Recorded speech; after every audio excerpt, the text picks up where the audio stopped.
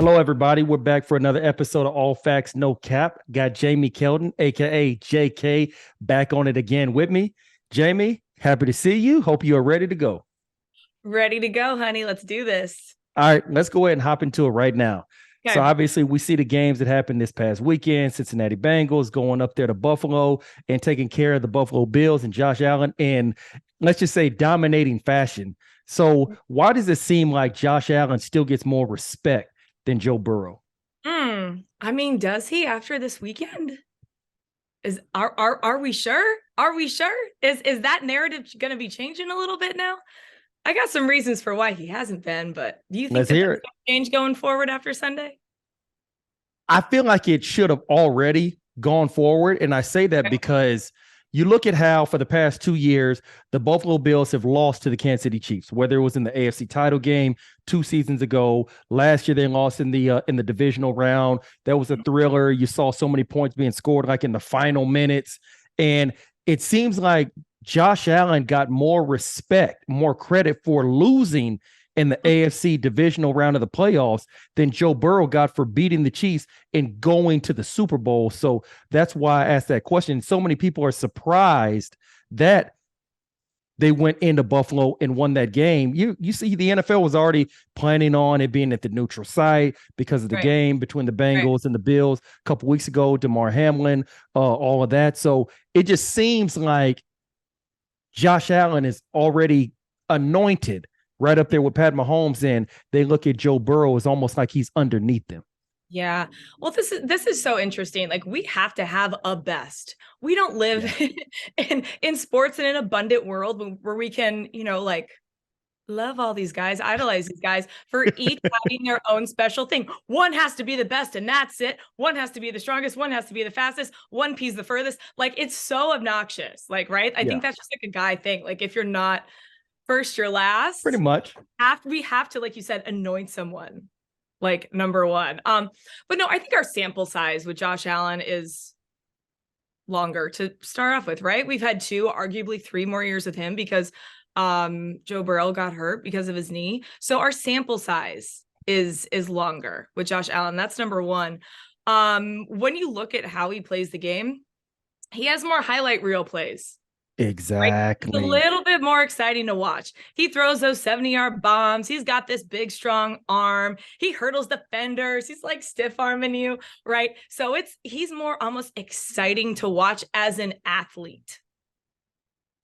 But Joe Burrow, if we're talking about textbook quarterback, he's kind of second to none, right? He makes smarter throws, timing, rhythm, accuracy, efficiency, less turnovers, right? Their yards were almost the exact same on Sunday, which is interesting. I think Joe Burrow had just a slightly higher completion rate, but Josh Allen had that one interception, and that was a like textbook interception, okay? But the Bengals were wearing all white. There was snow on the field. He couldn't see him. Surprised he didn't turn it over more.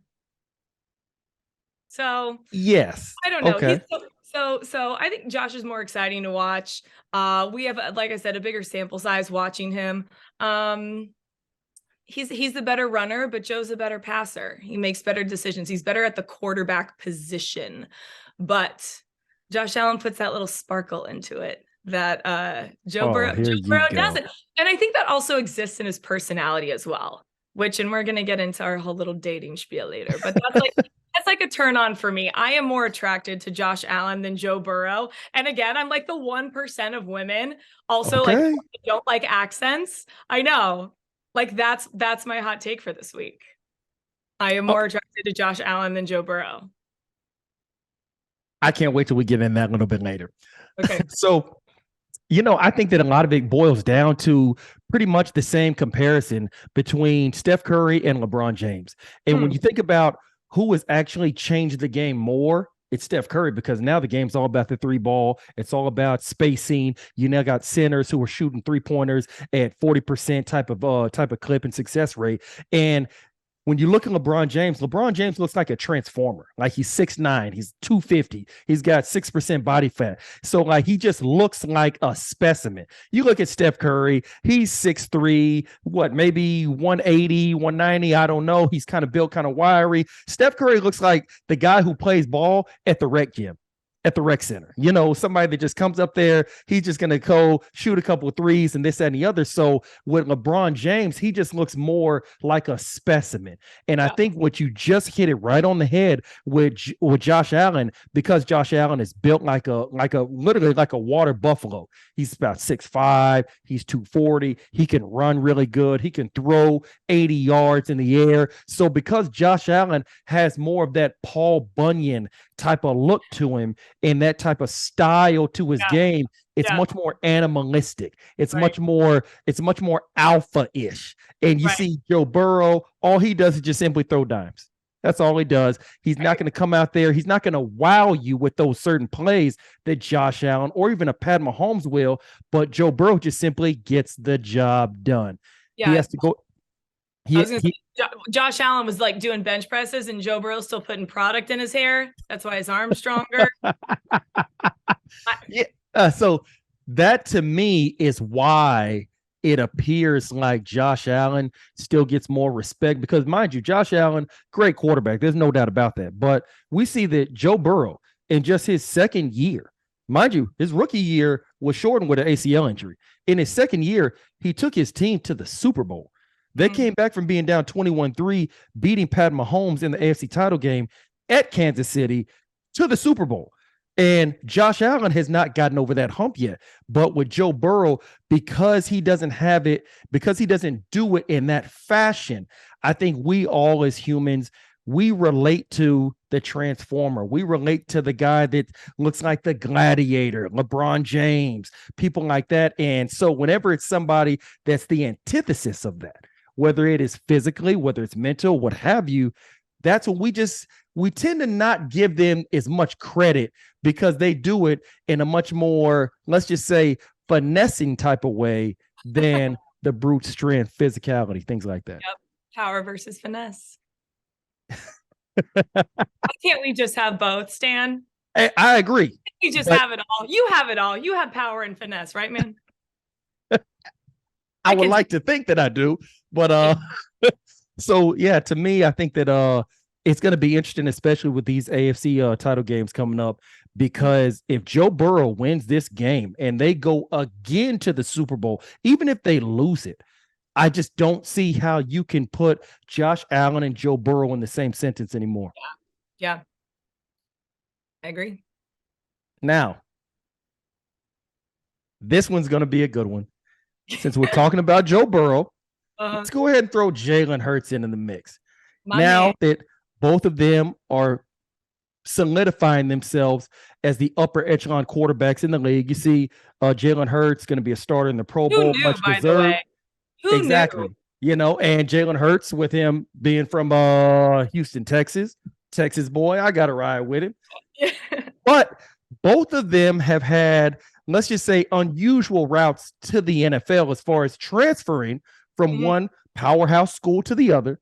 So for Josh Allen, for Joe Burrow, and for Jalen Hurts, which school can lay claim to both of them? I can't wait to hear what you got to say. Ooh, sounds so good. Say it again. No,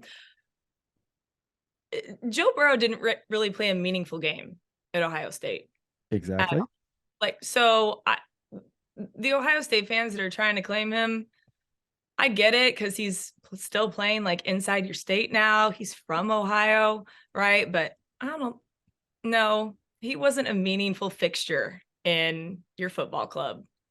And that to no fault of his. It just, you know, how it was and who was playing behind and coaching decisions at the time. He went to LSU, won a national championship, won a Heisman. Oh yeah. He's LSU branded, right? And I even love the parallel of the Bayou Bengals, and now he's a Bengal and he's a Tiger. And yeah, you know, I hate it, but philosophically I like it. It's poetic, I guess. But yeah, no, he He graduated from Ohio State, and that's about the only thing that I think Ohio State can say with Joe Burrow. Okay, yeah. I think we both can agree that LSU should be able to lay claim to Joe Burrow. Now we get to Jalen Hurts. Mm-hmm.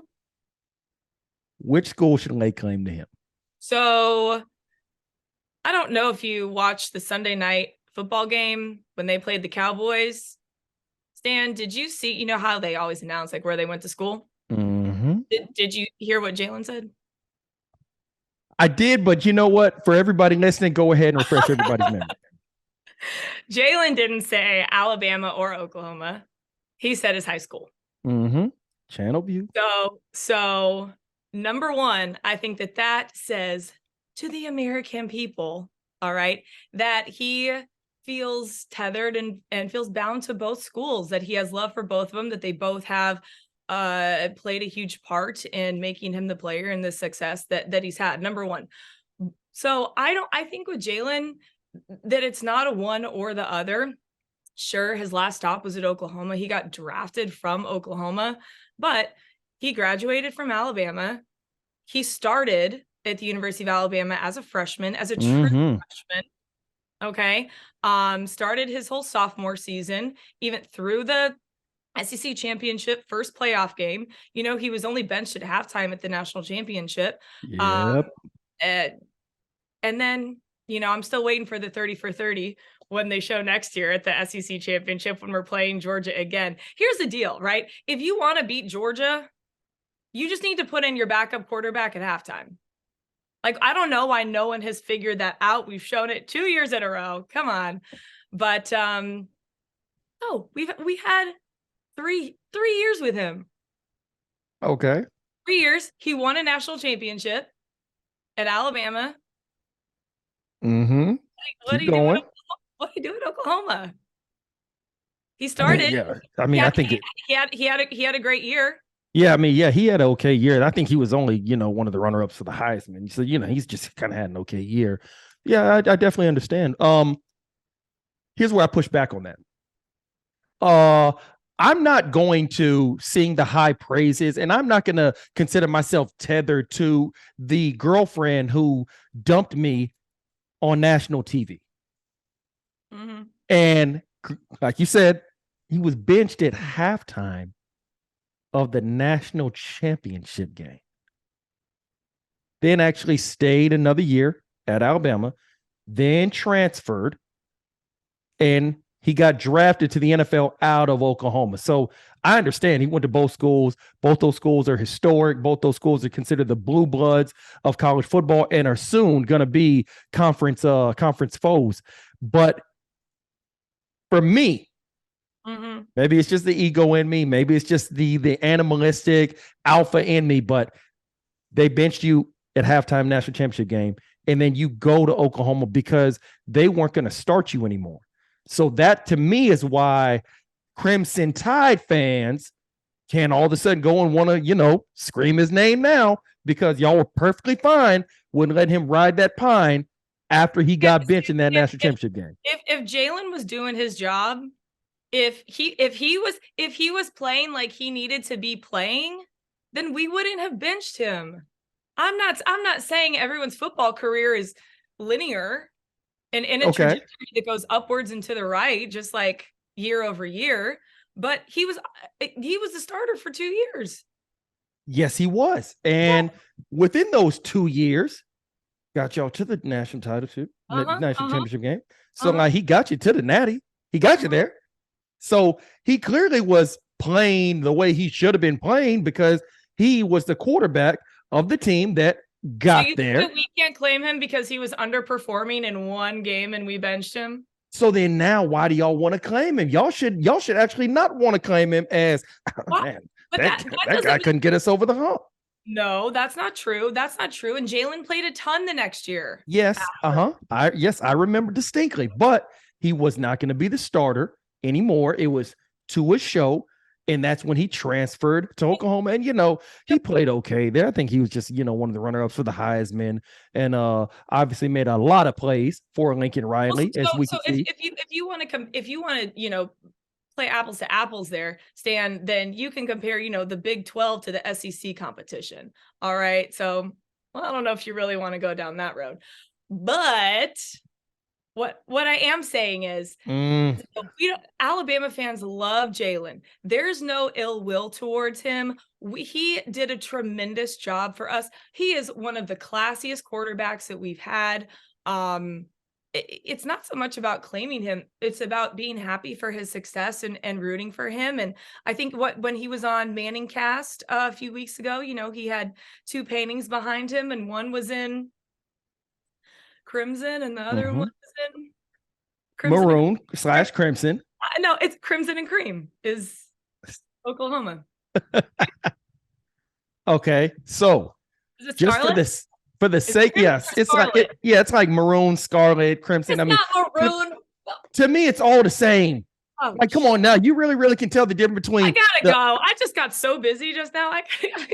You did. No, come on now. So, like, okay, crimson, and then the scarlet and cream.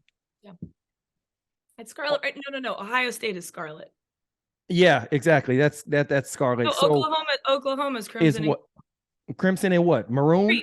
Cream.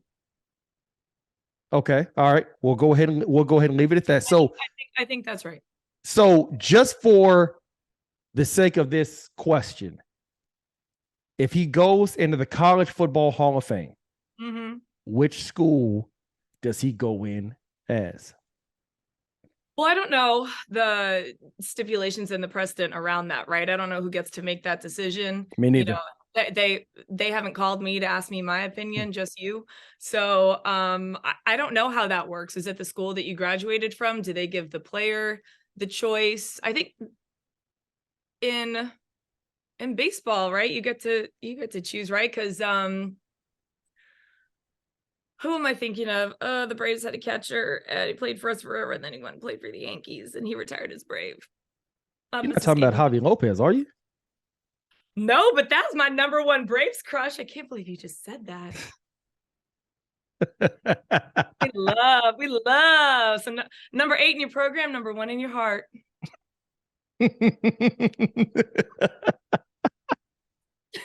Man, I hope Javi's actually watching this.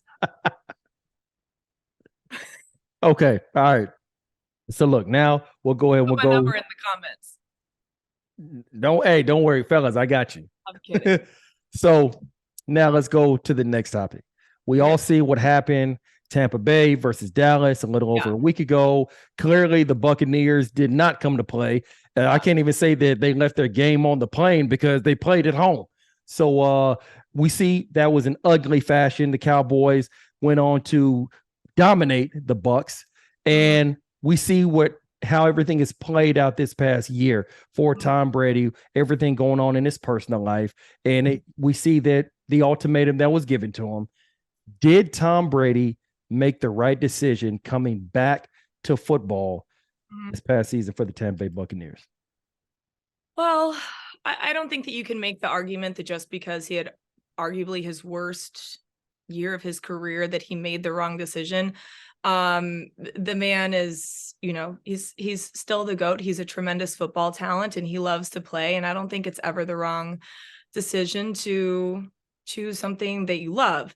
Agreed. Having said that, I am still of the belief that they did not break up because he decided to go back. Yeah, you've been saying that. We talked about that, I think, our first time together.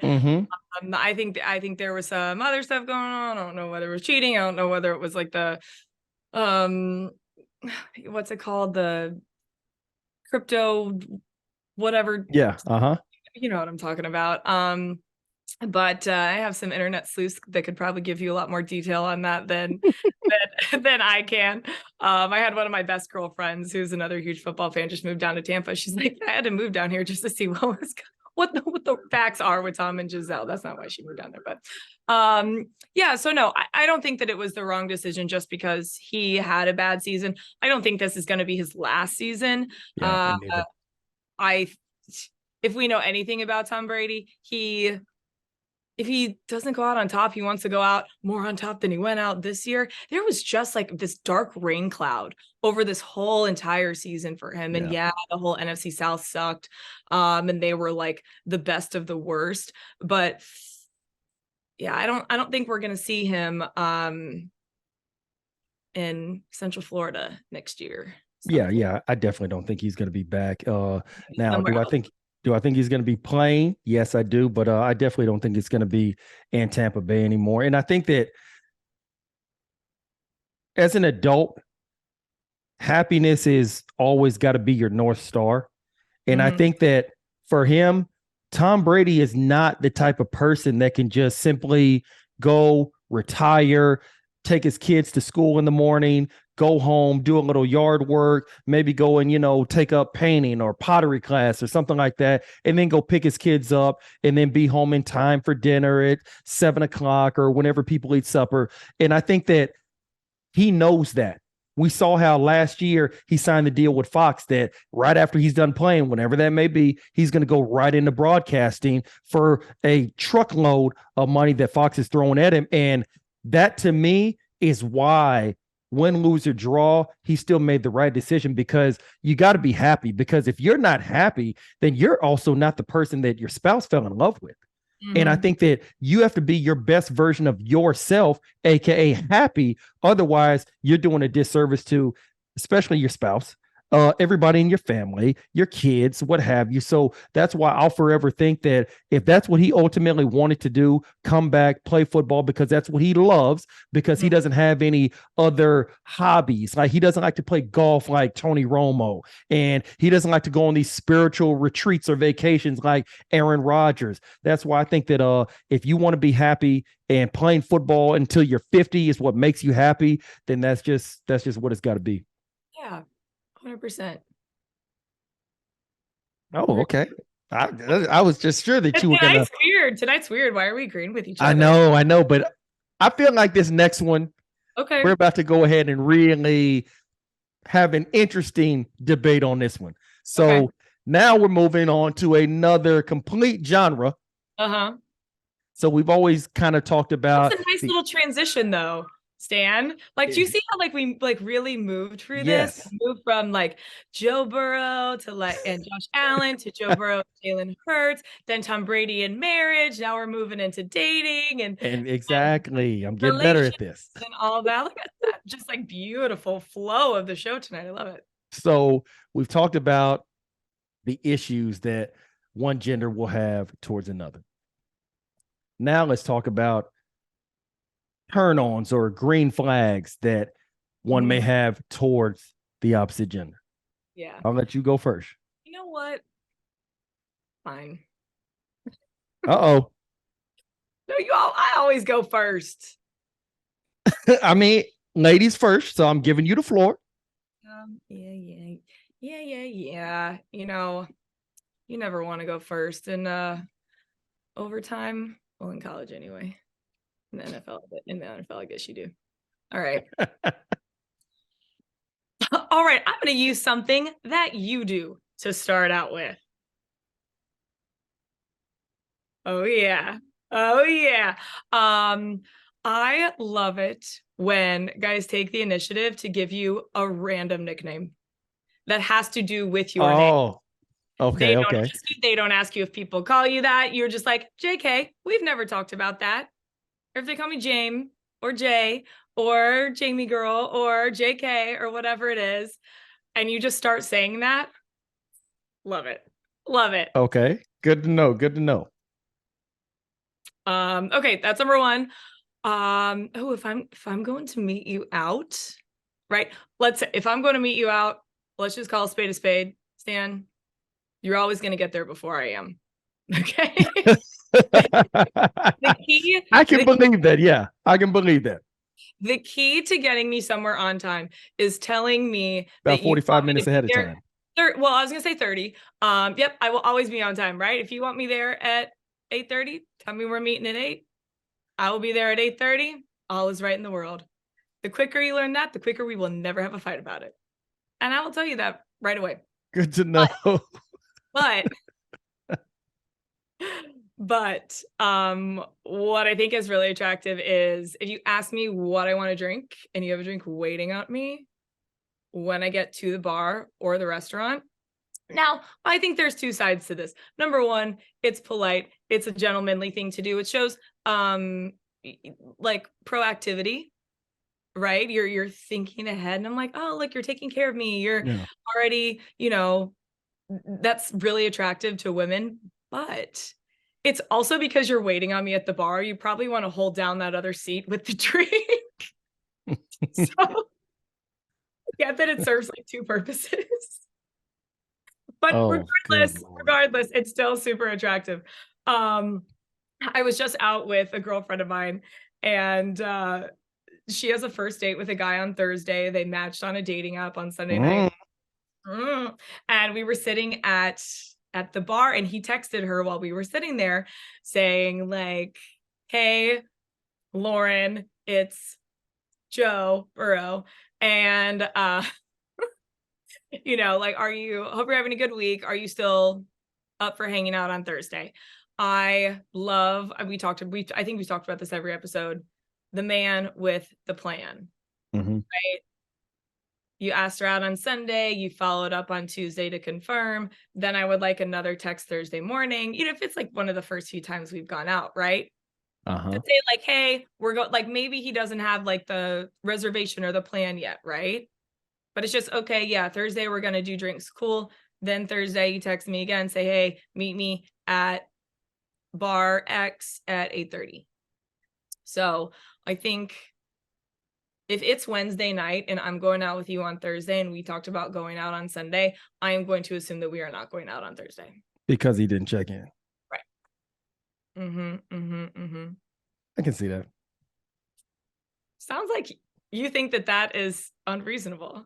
Oh, no, I don't think it's unreasonable. I think that it makes a lot of sense. Now, back when I was younger, I probably would have thought that was a little bit, I'm not going to say unreasonable, but I would say a little high maintenance back when I was younger. But now as I'm older, I completely understand that. I think that for men, he's 40, and we were like, we love this. Exactly. Yeah. Because, obviously older man, more mature, more understanding, things like that. But yeah, when you're younger, and I think that for men, I think a lot of it is because we foolishly equate a lot of things into how we handle each other. So right now, if I tell one of my homeboys that, hey, we're going out on Saturday and, it's several days away. Well, when Saturday gets here, like we already know that, hey, man, like me and Stan, we going wherever.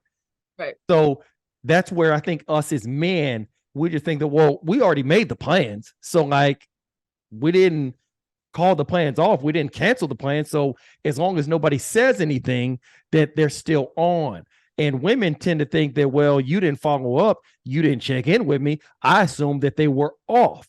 And so I think that, as you get a little bit older, you start to understand that you can't look at everything the same way through the same prism that you would with your homeboys.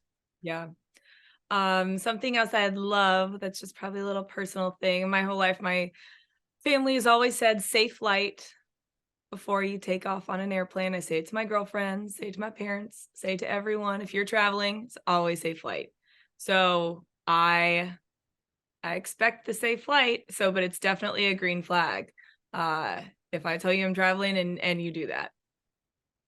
Okay. So if he doesn't say safe flight, do you look at that as an automatic red flag, or do you just look at that as not a green flag?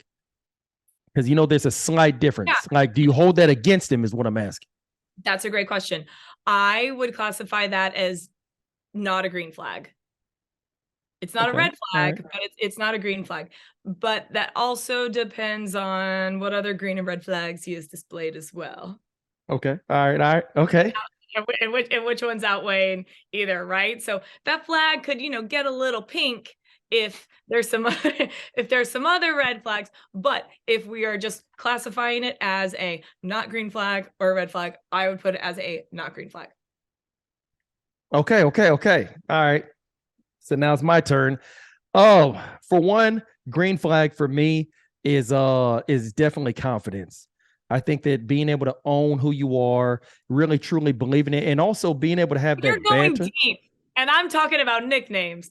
I'm done with you. Don't worry. Don't worry. Trust me. I'm getting to that. So Okay, that's number one. Just overall confidence, and you can exude that just simply by the way you walk. Like a woman's gait, like the way she walks into a room, if she owns the room, that to me is a huge green flag. A second one, and this is probably going to sound a little weird, what have you, but I love business suits. Okay. Like business attire. And I guess maybe this is from long ago. And I'm pretty sure you remember the Cosby Show way back in the Gap. And Felicia Rashad, she's a Houston native. I used to always love how she wore those business suits because, you know, she was a lawyer, at least on the show and all that. And so I just always found that extremely attractive because it's professional, it's very studious, and also it leaves a little bit of mystery. Right.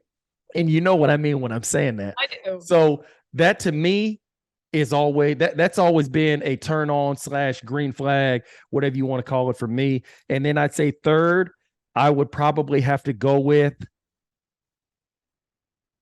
great shoe selection. Yeah, great shoe selection. I'm very big on shoes. Okay. I'm a sneakerhead, so I'm very big on that. So that's probably something that I'd always notice. Okay. So what if? Here we go. What if? Okay. No, you know that thing that went viral, like, I don't know, a couple of months ago. It's like, she's a 10, but he's a 10, but right? I mean, a physical specimen, right? Outfit, hair, makeup, everything. And the shoes are like, I'm not saying like a kitten heel or like has like the heel is like just blowing in the breeze, but it's not some sort of like fancy $700 shoe with a like a little bow and accoutrement and like all the things. Is the shoe so like you need that shoe style? Or you know, to what extent do you carry that? Well, for one, see, to me, and I'm very big on this as well. To me, it's not even about the price because I think there's plenty of shoes that cost a lot. And me personally, I think they're ass ugly. And there's other shoes that aren't that expensive, but they just have a nice style to them. Like they were designed the right way, or at least it appeals to me. So for me, it's all about, I believe, especially for women, whether it's shoes, bags, things like that, that right there shows a lot about a woman's personality, you know, her creativity, things like that. So I'm looking at it from that aspect. Does your creativity match mine? Does your mindset, you know, the color scheme, whether color coordination, things like that. That's what I'm really looking for because, you know, you can tell a lot about somebody with the accessories. About being like put together more so than like exactly the star of the show. Yeah, exactly. So, you know, that's something that I think that shoes can almost make or break your outfit, even for a man. So that's something that I always take a quick glance at because I'm very big on shoes. And so definitely that would catch my eye. But, you know, to your point, it's not something that would be a deal breaker, but it's definitely something like, okay. All right. I see it.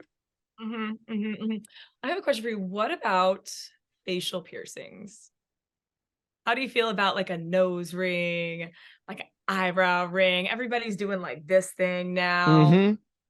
Like, you know, all the piercings in the ears, all the is there a limit to how many holes that you should have in your all right, okay. Now, you know, growing up with both my parents, and my dad was very big on this.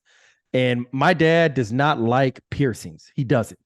Earrings, cool for a woman.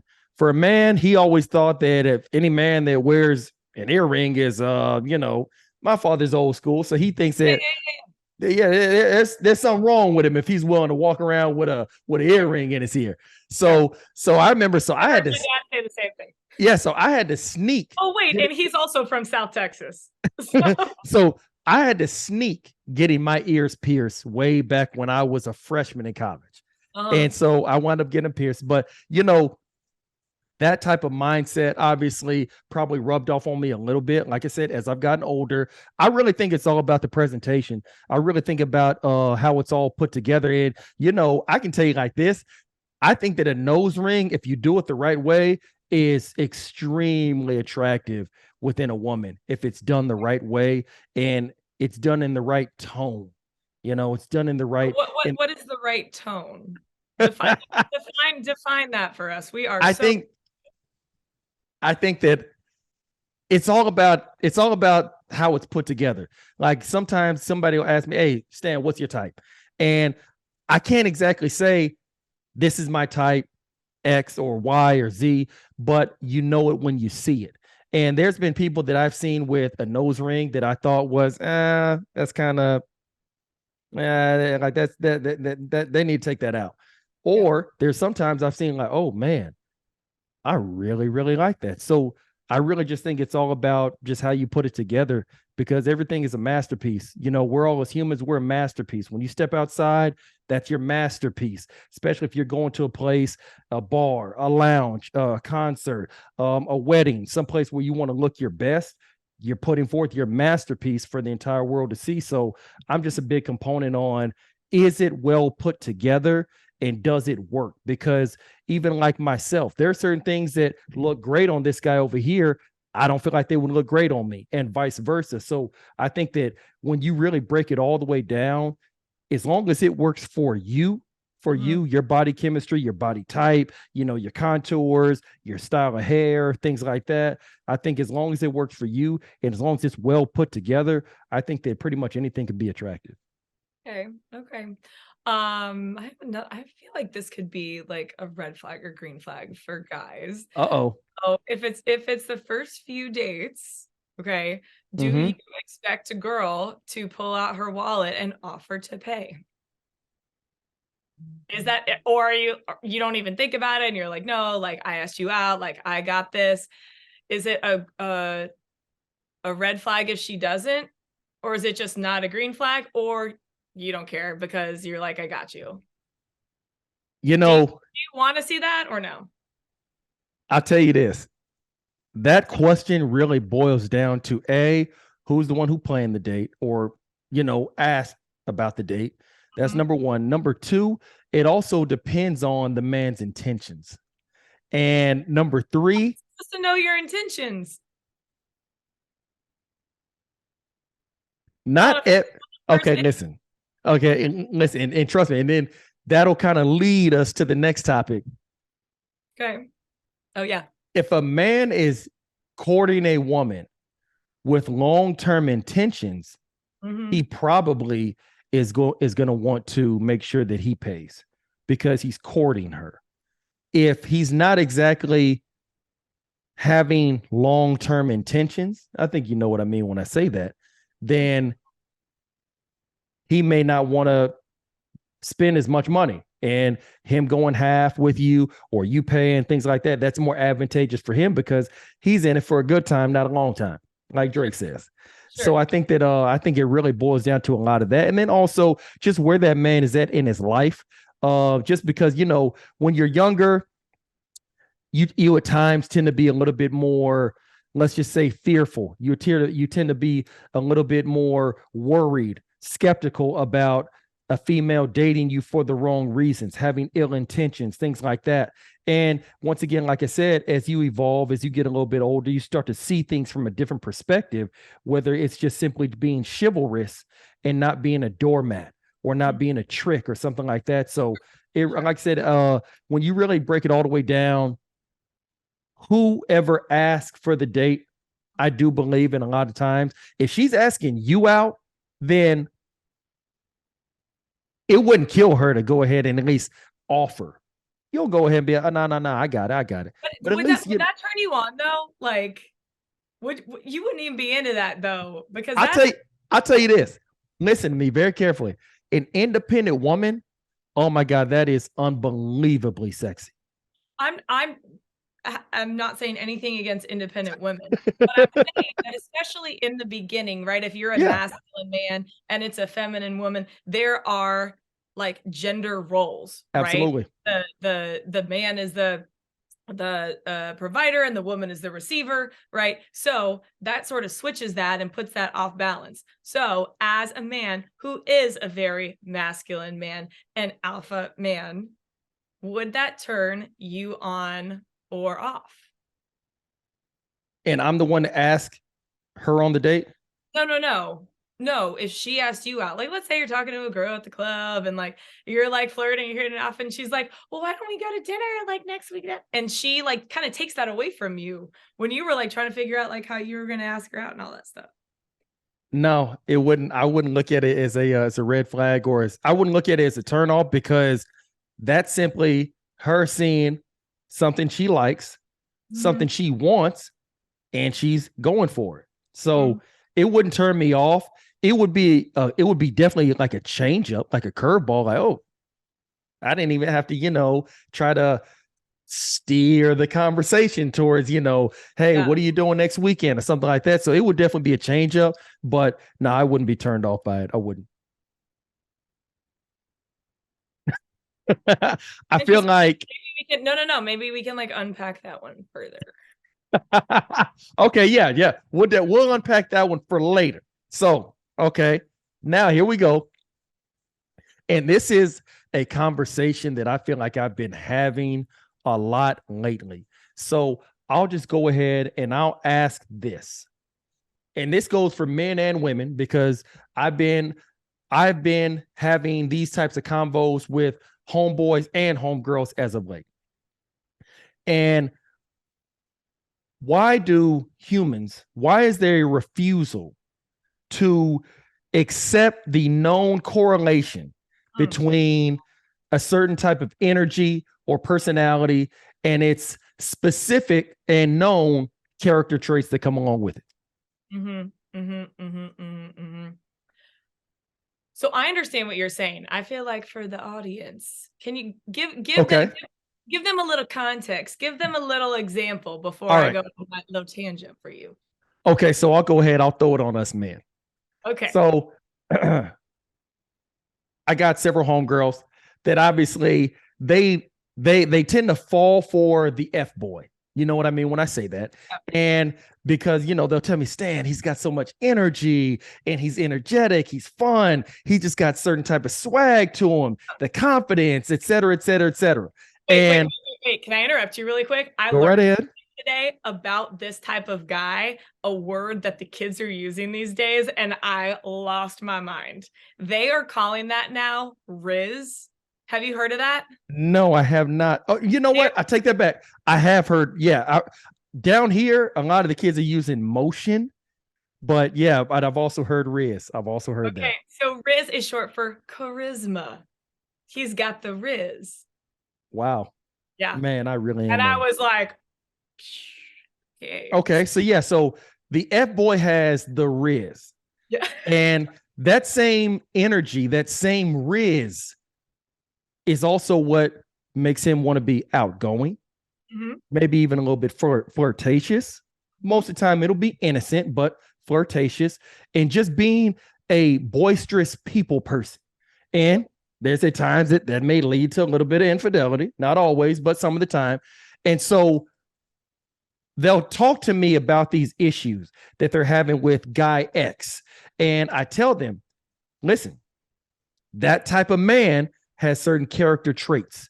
And that's something that is constant just within human beings, that a certain personality, energy, what have you, it has certain traits that come along with it. But people don't want to go ahead and just, I'm not going to say accept that, because that sounds like you're admitting defeat, but at least acknowledge it and be cognizant of it. So, okay, so the question is, well, it's like girls want to like change this, and it's like, oh, they see this outgoing guy with all these girls and they're like, but I want you to pick me. That's what that is, right? Girls want to be the chosen one. They see that this guy has all of the options, all right? And then they get the validation and they get the confidence, the feeling of I'm being chosen, I'm the one, right? Daddy loves me, right? From being the one that he picks out of having all of these options. Okay. Now, I think people also place the connection on the pedestal versus alignment of what you actually want. So it sounds like from this example, the girl wants this guy to be a one girl kind of guy. Is that right? Am I hearing you right? Like, Well, yeah, I mean that in this I instance. want to lock him down. I want to date him, but he's all, pollinating all the little beehives, right? Or flowers. I don't know. Is that what we're trying to say? So what she's doing is she's ignoring her wants, her needs, her right? All that for the connection. She's putting the connection up here and her wants and her needs down here. And so I really believe that that's a woman's work from really 20 to 30, right? That's what we're doing, is figuring out how to Figuring out yourself. knock that connection off the pedestal and put yourself back up and find someone who aligns with what you want, that you also have a connection. And that connection will naturally happen when you learn that you can attract someone who wants the exact same things you want and is aligned with where you're going, right? Because if you're like, I want a serious boyfriend, he's like, well, I don't. And you're like, but you're all these things that I like. Well, guess what? He's also an F-boy and you don't like that. So why are we disregarding that for the fact that like you have this great chemistry with him? No, you just want what you can't have. Okay. All right. So now I'll go ahead and I'll use a direct opposite example. So, obviously as men, you're taught growing up to find the woman that's marriage material, find the woman that's the good girl, you know what I mean? And I've had this conversation with a few homeboys where what you just said about the connection. Well, for one, connection, a really, really strong connection doesn't come along every day. That's number one. Yep. And, I sit up here having a talk with one of my homeboys, and there's a female that she has just a very strong energy. Like she's just a bundle of joy to be around. Her smile lights up the room. And he met her at this party and he just can't seem to get her out of his head. Like he's smitten over this woman. And the thing is that they work well together. Like they have a great time together, but because she's gorgeous and because she has a smile that lights up a room, everybody flocks to her just because of her aura, her energy, her personality, her confidence, things like that. And now that he's been kicking it with her, now that he's been hanging out with her, we'll see he now wants to basically kind of like dim the light. Like he doesn't want her going out any conversation last night. He doesn't want her going out as much anymore because he doesn't want everybody flocking to her. And that's where, once again, I try to say that, listen, she has a certain type of energy, certain type of personality, aura, persona, this, that, and the other. And that's the character traits that come with that. She's a people person. She likes to be around people. It doesn't mean she's going to cheat on you. I can understand why you may think it might, but it doesn't mean that. And so that's where, once again, another correlation that I believe certain personalities, they come with certain character traits, and there's just no way to eradicate that. There's just no way to go ahead and try to just simply eliminate it. One thing that I always say, and I remember seeing this on Instagram, I forget who said it, and a lot of people, they look up to Sierra because of the relationship she has with Russell Wilson. Russell Wilson is like the consummate husband. He is just a perfect father figure and all that. And I remember somebody said it best, that women don't want Russell Wilson. They want Future to act like Russell Wilson. And that right there just is a direct correlation as to what I'm trying to say, that certain personalities come with certain character traits, and you're not able to go ahead and mix match them. It's not like a buffet that you go through when you're at Golden Corral or Luby's or whatever restaurant. You got to pretty much take Luby's. the character traits that come with certain personalities and certain energies. What's Luby's? You're not from Texas, so don't worry about it. I'm half Texan. Take it easy. My dad is from Port Lavaca, Texas. Didn't know that. Learn something new every day. Have you heard of it? Yeah, oh yeah, I've heard of Port Lavaca. Absolutely. The I just fight- didn't know. I didn't know your old man was from there. Yeah, fighting sand crabs. Okay, so the two instances that you just explained to me, we attract the people that have the qualities that we need healed within ourselves. Okay, if you are attracting someone and you're trying to like dim their light and you're out this and you don't, that because that attracts you to them, right? First, but then what that really is it's shining a light on the insecurity that you have within yourself. So you are trying to then dim somebody else's light, even though you're attracted to it. Who's not attracted to the light? The moths, everybody. Okay. You are trying to dim the light because you don't have your own light and you want to capture the light and you want to know because you want to feel like you can get that kind of person, but then not let anybody else have them. That's not a loving, healthy relationship, right? Good point. You're supposed to like, let's say like your relationship is a little butterfly. You're not supposed to like squash it in your hand. You're supposed to let it sit there and exist. Absolutely. So these instances tell me that your friends have a lot of work to do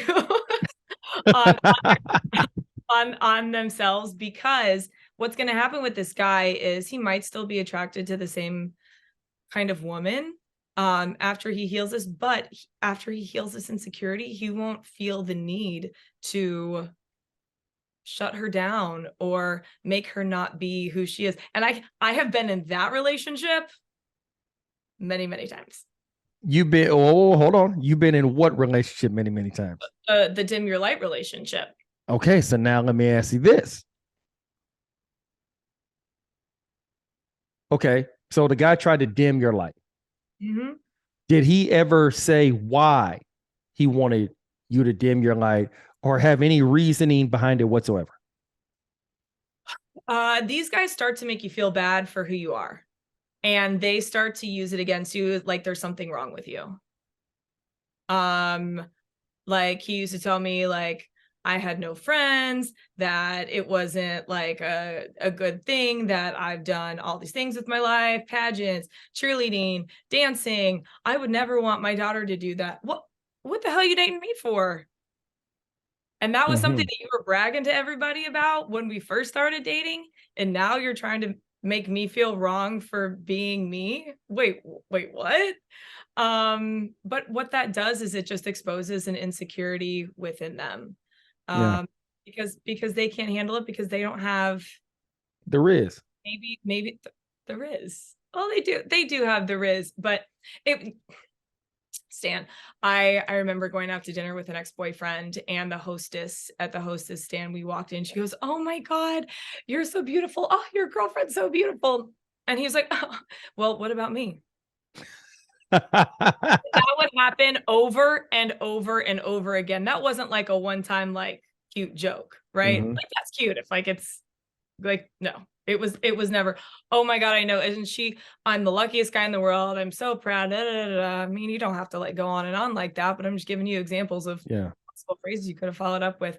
And that's really tough. But then guess what?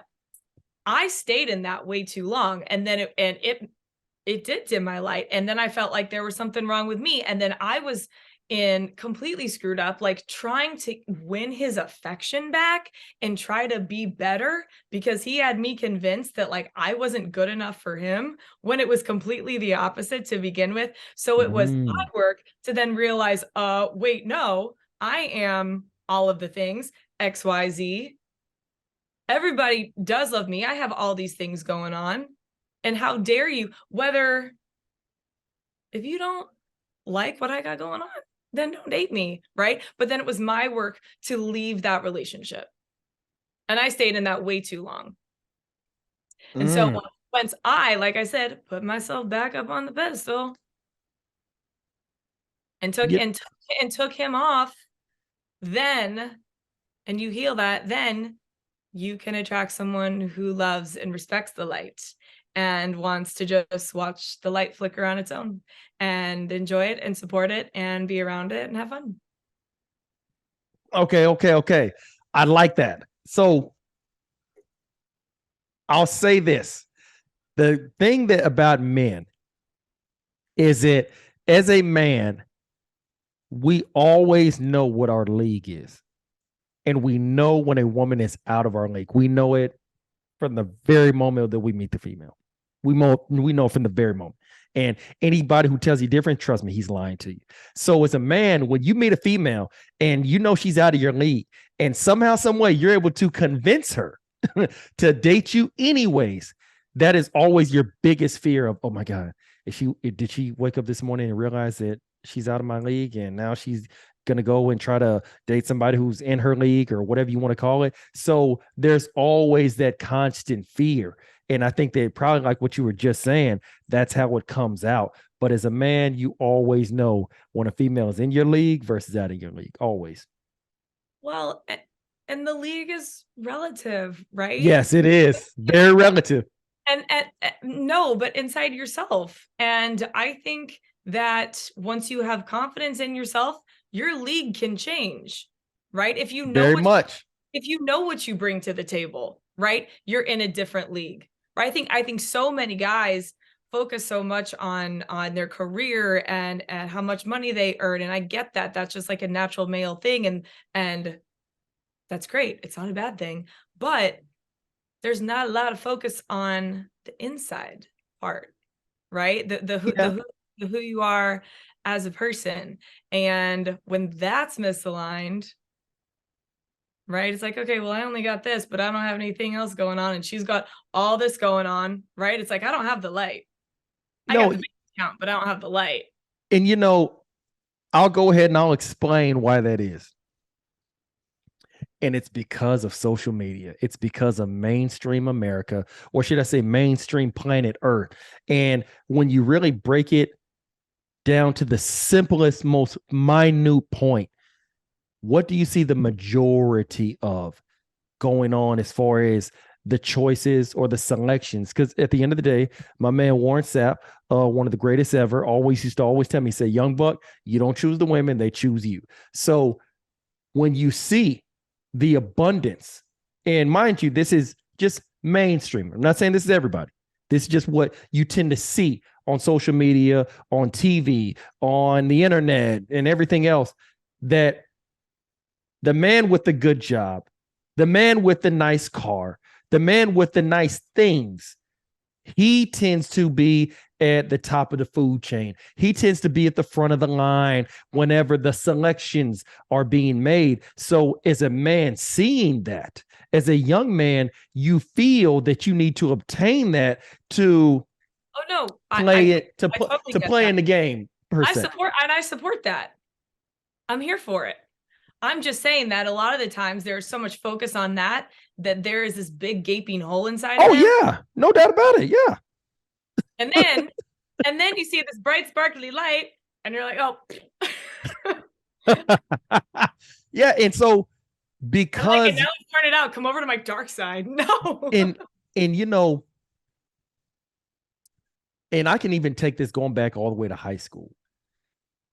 Whenever you see certain guys that get the pretty girl, the prom queen, or the head cheerleader, or just the prettiest girl in school, whatever, and you look at that guy and you're like, he's not like exactly Albert Einstein as far as his intelligence level. He's not off the charts, with the way that he speaks, or just even his performances in the classroom, as far as things like that. So that's where, as a man, you think that those things aren't important. Or you see a guy who doesn't treat women with the highest levels of respect, and it seems that he continues to have success with being selected. That's where you realize, or that's what you think, you don't need to put the high onus. You don't need to put the high priority on those little things, because apparently that guy over there is benefiting and having success with something that he's lacking. So why do I need to put a whole lot of emphasis onto that? Because apparently from what I'm seeing, the visual aids right in front of me, that's not something that's being held in a high regard. Right. Well, we live and we learn, and hopefully the smart ones, you grow throughout your life and you figure that out. So you do attract someone who is going to celebrate you and let you shine and hopefully inspire them to do the same. So it's not a competition, right? Yeah. It's or it shouldn't be, right? Only when your teams play each other, I guess. But speaking of green flags, it just reminded me. When you watch and root for my teams, I mean, duh. That's a serious green flag. I mean, but JK, like, come on now. It's Alabama. Like, it's such a Yes, we are such a hard team to root for. We always win. I have served it up for you on a silver platter. But here's the thing. Some people don't always like to see the same team win. Like, there's a lot of people that rejoiced in the few times that Tom Brady would lose the Super Bowl because they're tired of always seeing Tom Brady win. They want to see somebody new. Yeah, you know what, Stan? Those are the people who dim other people's lights. Or maybe they just like variety. I think that. So what, the F boy you were talking about 20 minutes ago? Okay. And when I said that, okay, we'll talk. Trust me, we'll get to the F boy.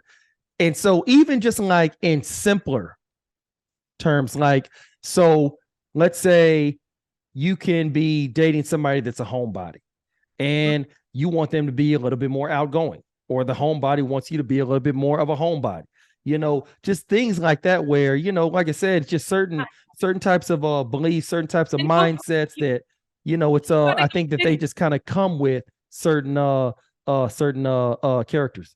Say that again. You need to go pick somebody who is like that and stop trying to change. Agreed. Oh yeah. I'm not talking to you. I'm talking generally. I know that you get that. And stop trying to change people. And that leads me to my last question. World. There's an abundance of connections. And here's where people get stuck, especially after breakups. We think that we're never going to find somebody like the last one, right? Because it was so good, it was the best, and we felt things that we never felt before, right? But here's how you switch that immediately. All right. This has got to be like one of my number one tips. I don't even know what. All right, I'm listening. Think back to 3 exes ago. You felt the exact same way about that ex. Then guess what happened? You met somebody else who made you feel all new things, all more things, a connection that was stronger, greater, more exciting, right? More stimulating. Okay. And then you broke up. And then guess what? You met somebody else where it was better, when it was more exciting, and it was the best you ever had. Do you see the point I'm trying to make? Mm-hmm. So what you have to do, and we get stuck and like, oh my God, this breakup is such a death sentence. And I'm never gonna find somebody like them again. No, you are, because all you have to do is look back, and you have over and over and over and over and over again. The problem is that you don't have the evidence of that person coming in the future. But all right. Okay. I'm following you. You see what I'm saying? That they are going to come. And the second that you start trusting that something better and more magical and healthier and more fulfilling is coming for you, that's when they show up. All right. But you got to trust that they're going to come. So if you think it's the best you ever had, you also thought that like 5-10 years ago. You thought that 5 exes ago. And then what happened? And then I see what you mean. I see what you mean. All right. And then you get excited. And then the universe loves that. They're like, oh, she's excited. She's trusting me. Now I'm going to go send this person out. And that's what I say, you find them when you're not looking. Good point. All right. Final question. Okay. I mean this in a broad sense, but also in the micro. Are people capable of change? I don't like to use the terminology change, because number one, I think that it has a negative connotation. I think that change also insinuates that you have to change a fundamental thing about yourself, right? Like, I don't like the way you laugh. Change the way you laugh, right? Change the way you walk. No. What I think we can do, which is a choice, is to grow.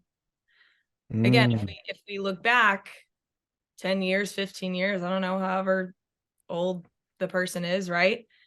Think of how you handled relationships, how you handled other people, how you talked to yourself back then, and think about how you do it now. If it's the same, yikes, you need to go pick up a book or, talk to somebody or do some work on yourself, which I know, Stan, that you're a huge proponent, like I am, of personal growth and development and personal responsibility and self-awareness and like all that good stuff. But it's not change. It's not changing who you are.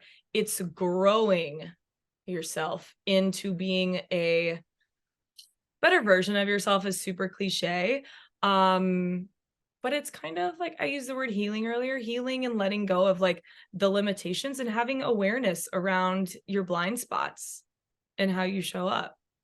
And that's a choice. So if you're in a relationship and you're stuck, right? We're always growing as people. Things are happening to us every single day where, that puts us in these situations and we have to grow and change. And then we have to come home and then we're like, oh my gosh, like it's a lot. And you have to, if you've been together for years, you have to grow together as individual people and as a couple. And I think that's why a lot of people who get married so young, they also get divorced because you're still growing so much in those years. And I haven't gone through the statistics, but I would bet, does DraftKings allow me to bet that if you get married later in life, you've learned how to mature and grow, you have more tools in your toolbox to be able to do that with someone else. Yes, agreed. Couldn't agree more. I'll take it one step further. I like to use the word evolve because I don't believe that people can change as far as just go from liking, I don't know, purple to now liking orange. I don't think that, but I do believe that you can evolve, aka grow. And then that's something that you slowly become a different person or a better version of yourself through the evolution and everything that you just named. So yeah. So once again, it's kind of interesting. Maybe the full moon is out, but we're agreeing on a lot of things tonight. No, not a full moon tonight. All right, well, that'll do for this episode of All Facts No Cap. JK, aka Jamie Kelton. I don't want to just go ahead and just give her a nickname. I want to make sure that I say it right, Jamie Kelton. That'll be it for this episode. We'll see you guys next week.